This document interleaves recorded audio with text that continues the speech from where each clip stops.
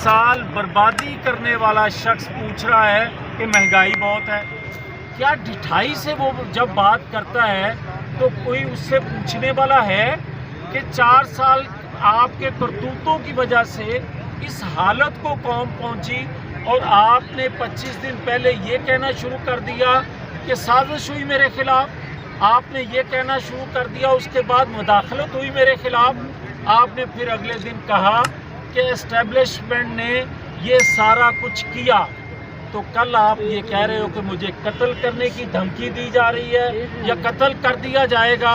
किसी एक बात पे रुको, किसी एक बात को पाकिस्तानी कौम को समझने दो। मगर जो बात तुमने कल की है कि मुझे कत्ल कर दिया जाएगा, इसको इन्वेस्टिगेट करेंगे। और जो आप वीडियो का जिक्र कर रहे हो वो वीडियो भी बरामद करवाएंगे ताकि लोगों को पता चल सके, इस कौम को पता चल सके कि कितना बड़ा तू फ्रॉडिया है कि कौम की बर्बादी करने के बाद कहता है साजिश होगी। साजिश तो 4 साल इस कौम के खिलाफ हुई।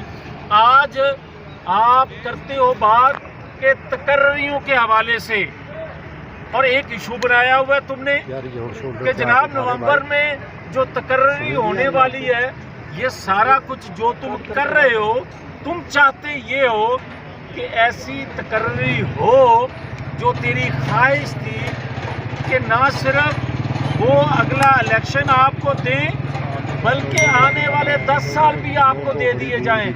तुम्हें तकर्री से ज़्यादा सरोकार है, आवाम से कोई सरोकार नहीं, तुम्हें इनसे कोई उम्मीद नहीं, बल्कि तुम समझते हो कि 2018 की तरह कोई फिर ऐसा मामला हो जाए कि अवाम वोट किसी और को दें और जीते कोई और।